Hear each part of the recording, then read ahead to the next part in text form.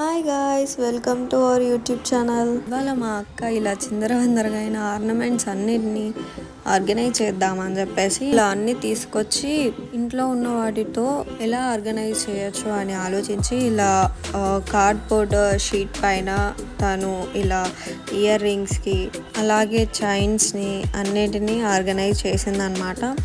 So here is our collection. You can watch our ornament collection.